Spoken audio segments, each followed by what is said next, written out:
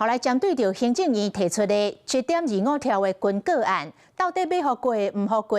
国民党内部有无共声音？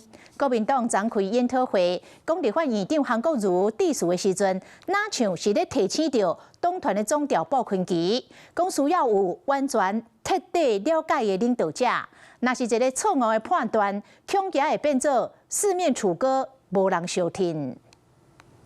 国民党迎接立法院新会期开议，召开研讨会。立法院长韩国瑜致辞内容，敢若是伫咧讲互共场的党团总调鲍昆萁听。有洞悉的党团领导者跟党团所有的委员，我们有没有这样一张一张纸的危机，把我们的口鼻要闭起来，让军购也开始融掉，进到正式要复委审查。如果我们一个判断错误，会不会变成四面楚歌？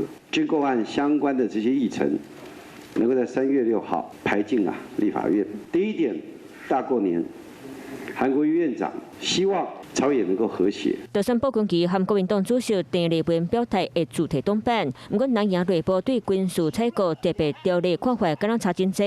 另一方面，军系陈景匡是支持正院1.25条版本的，马文君是支持原版复规了后，才个提修正动议。徐巧芯是提出家己的版本，主张规模上少8000亿，会对美国采购纳入特别预算，过来生产制造回归上规年度预算。另外，就台美技术合作的部分，可能另外提出差不多600亿独立的特别条例。不过，党主席郑丽文讲，重大法案必须和党团和党中央的立场共款，一定爱甲党共调，爱团结。团队倾向敢若通过去年美国已经公布的8项对台湾军购，规模敢若差不多3500亿。以党团包含民众党共同协商之后，来找出一个共同点。希望在野党在提出他们的军购特别预算条例的时候，相当科学的、相当务实的基础，不要让人家觉得好像是去蔡奇亚买菜划给。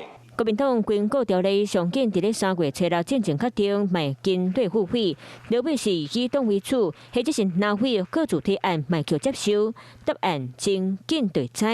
Hello， 我是庄慧琪。想要抢先掌握最及时的新闻资讯吗？赶快订阅、按赞、开启小铃铛，锁定华视新闻 YouTube 频道。